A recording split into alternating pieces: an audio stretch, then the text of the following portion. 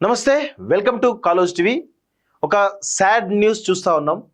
రీసెంట్గా ఒక 2 నెలల క్రితం గాదె ఇన్నయ్య గారు ఈ ఎన్ఐఏకి సంబంధించినటువంటి కేసులో అరెస్ట్ కావడం జరిగింది. సో నక్సల్ సంబంధించినటువంటి అంశం పైన మాట్లాడుతున్నందుకు కొంత అమిత్ షా పైన అనుచిత వ్యాఖ్యలు చేసిన నేపథ్యంలో ఆయన పైన ఈరోజు పెద్ద ఎత్తున కేసులు పెట్టి ఏ విధంగా జైల్లో గత 1.5-2 నెలల నుంచి జైల్లో ఉండడం మనందరం కూడా చూస్తూ ఉన్నాం. సో ఈ క్రమంలో గత నెల వారి తల్లిగారైనటువంటి మరణించడం జరిగింది. సో దానికి సంబంధించినటువంటి విషయం మనందరం కూడా చూసి చాలామంది సమాజం కూడా బాధపడ్డది. సో ఇంకొక సాడ్ న్యూస్ ఏంటి అంటే 97 సంవత్సరాల వయసులో ఉన్నటువంటి గాదె ఇన్నయ్య గారి తండ్రి గాదె సాల్మాన్ రెడ్డి గారు కూడా ఈరోజు ఉదయం 6 గంటలకి మరణించడం జరిగింది అని చెప్పేసి తెలుస్తూ ఉంది. సో గాదె ఇన్నయ్య గారికి నిజంగా ఆయన సమాజం కోసం పనిచేస్తూ ఉన్న క్రమంలో ఈ యొక్క ప్రభుత్వాలు అక్రమ కేసులు పెట్టి వేధిస్తున్నటువంటి తనంలో తన కుటుంబాన్ని తల్లిదండ్రులను కూడా కోల్పోతున్నారు. గత కొంతకాలంగా తన కుటుంబాన్ని ఎక్కడ కూడా ఆ తల్లిని తండ్రిని ఇద్దరిని కూడా చూసుకుంటూ వారిని కాపాడుతూ వచ్చేటువంటి ప్రయత్నం చేస్తున్నారు. బయట ఎక్కడ కూడా ఎక్కువ పోరాట పరిస్థితి కనబడ్డది మనకి. సో ఈ క్రమంలో తల్లి గారు చనిపోవడం, ఇటు తండ్రి గారు చనిపోవడం, ఇవన్నీ కూడా గాదె ఇన్నయ్య గారి నిజంగా వారికి తీరని కష్టం వచ్చినట్టుగా తెలుస్తూ ఉంది. సో అయితే గాదె ఇన్నయ్య అరెస్ట్ అయిన తర్వాత చాలా అంటే కొన్ని రోజుల వరకు కూడా తల్లికి తన కొడుకు కనబడడం లేదు అని చెప్పేసి తెలుసుకొని కొంత భావోద్వేగానికి లోనై కొంత ఇబ్బందికర పరిస్థితిలో తల్లి చనిపోవడం జరిగింది. ఆ తర్వాత కొడుకు కనబడతలేడు, తన భార్య చనిపోయింది అనేటువంటి ఒక డిప్రెషన్కి వెళ్ళిపోయి తండ్రి కూడా చనిపోవడం జరిగింది. సో నిజంగా ఇదంతా కూడా చెప్తా ఉంటే అసలు చాలా ఆవేదనగా బాధగా ఉంది. తల్లి చనిపోవడం, తండ్రి చనిపోవడం ఏంది? ఏ సమాజంలో ఉన్నామో మనం? ప్రజల కోసం పనిచేస్తే కుటుంబాన్ని కూడా కోల్పోవాల్సిన పరిస్థితిలో ఈరోజు ఉన్నామంటే ఈ రాష్ట్రంలో పరిస్థితులు ఎట్లా ఉన్నాయో మనకు అర్థమవుతుంది, ఈ దేశంలో పరిస్థితులు ఉన్నాయో మనకు అర్థమవుతా ఉంది. సో ఒకసారి వారి కూతురు స్నేహ గారితో మనం మాట్లాడేటువంటి ప్రయత్నం అయితే చేద్దాం. సో ఏ విధంగా చనిపోవడం జరిగింది, ఏంది అనే వివరాలు తెలుసుకుందాం. సో ఏంది మీ తాతగారు చనిపోయారు అని చెప్పేసి నన్ను గాదె సాల్మాన్ గారు ఎట్లా చనిపోయారా అన్న? అయితే మార్నింగ్ లేచారంటన్నా, లేచాక ఇంకా మళ్ళీ ఆయన ఫ్రెష్ అప్ చేయించడానికి ఇట్లా చూసినప్పుడు ఇంకా మూమెంట్ ఆగిపోయింది. అయితే డాక్టర్ ని పిలిస్తే వెంటనే డాక్టర్ వచ్చి చూసి ఇంకా చెప్పారు ఇంకా అయిపోయింది అని చెప్పారన్న.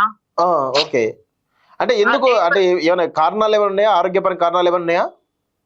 అంటే నార్మల్ గా ఆయన హెల్దీగానే ఉన్నారు అన్న, రెగ్యులర్ మెడికేషన్ మీద ఉన్నారు, హెల్దీగా ఉన్నారు, తింటున్నారు, మంచినే ఉన్నారు. మామూలుగా అంటే డాడీ 10-15 ఇయర్స్ నుంచి మమ్మీ డాడీయే చూసుకుంటున్నారు, తాత నానమ్మని. మొత్తం మన దగ్గరే ఉంటారు వాళ్ళు. అయితే ఆశ్రమంలో లేదా సాగరంలో గాని మొత్తం మమ్మీ డాడీ వాళ్ళే చూసుకుంటారు. ఇంక ఇప్పుడు దాదాపు నానమ్మ ఎప్పుడైతే బెడ్ రిటర్న్ అయ్యారో అప్పటి నుంచి డాడీ ఇంకా మొత్తం కంటిన్యూస్ గా అంటే డే అండ్ నైట్ తాత నానమ్మ దగ్గరే ఉండేది. ఏదైనా ఎమర్జెన్సీ వర్క్ ఉంటే తప్పితే అసలు ఎప్పుడు ఆయన వాళ్ళ దగ్గరే ఉండేది. ఇంకా ఊరికే చూసి ఉండి ఇప్పుడు డాడీ ఇప్పుడు 2 months నుంచి మాట్లాడట్లేదు, కనిపించట్లేదు అని చాలా సార్లు అడిగారు. అంటే డాడీ అరెస్ట్ అయిన విషయం వీళ్ళకి తెలుసా? అంటే నానమ్మకి ఇక తెలియదు అన్న, తను బెడ్ రీడన్ కదా. తాతకి అంత చెప్తున్నారు కానీ ఆయనకు అంత రిజిస్టర్ అయిందా లేదా అనే తెలీదు. అంటే ఆయనకి కనిపించట్లేదు, ఏదో ప్రాబ్లం అయింది అని అర్థమైంది ఆయనకి. మాట్లాడతలేరు అసలు. అంటే జనరల్ గా అన్ని రోజులు డాడీ ఎప్పుడు వాళ్ళ దగ్గరికి వెళ్ళకుండా మాట్లాడకుండా లేడు. ఇప్పుడు ఇన్ని రోజులు బట్టి మాట్లాడతలేడు, నా దగ్గరకు వస్తలేడు, ఏమైంది అని అడుగుతున్నారు. మధ్యలో ఇప్పుడు డాడీ నానమ్మకి వచ్చినప్పుడు పోలీసు వాళ్ళు రావడము, అంటే డాడీకి ఎస్కాట్ కి వచ్చారు కదా, వాళ్ళందరినీ చూసి కొంచెం భయపడ్డాడు.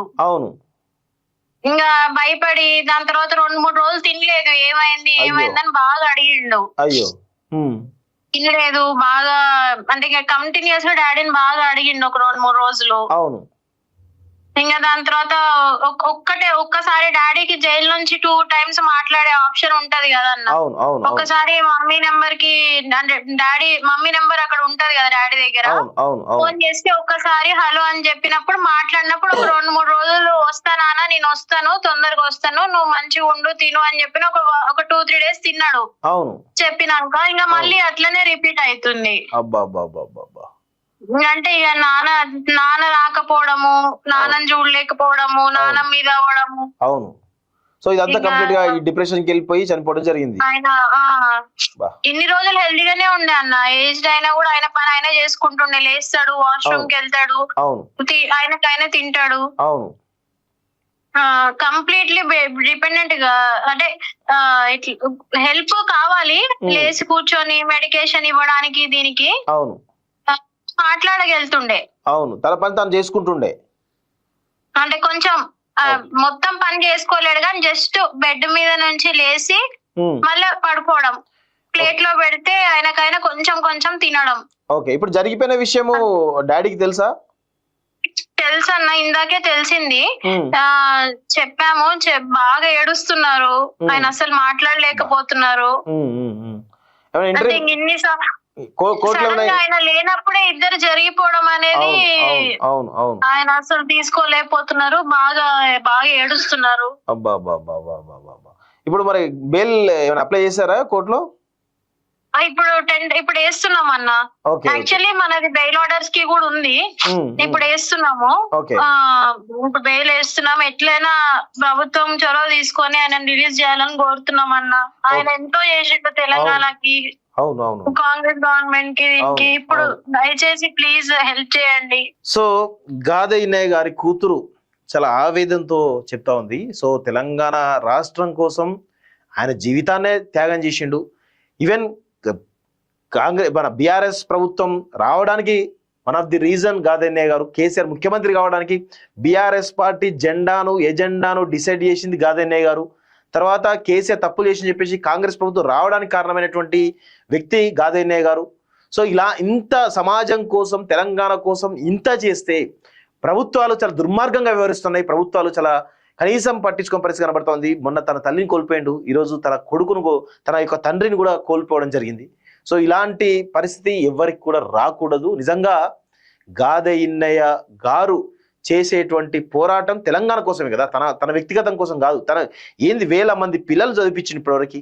1000 మంది పిల్లలకి తన తండ్రిగా ప్రతి ఒక్కరు కూడా సార్ అనరు, ఇంకేదో అనరు, కేవలం నానా అని గాదె ఇన్నయ్య పిలుస్తారు. 1000 మంది అనాథ పిల్లలు నానా అమ్మ అని చెప్పేసి ఇద్దరిని కూడా ఈరోజు పిల్లలు పిలుస్తారు. ఆ పిల్లలందరినీ కూడా తమ యొక్క కన్న కొడుకులు, కన్న బిడ్డల్లాగానే వాళ్ళని ట్రీట్ చేస్తారు.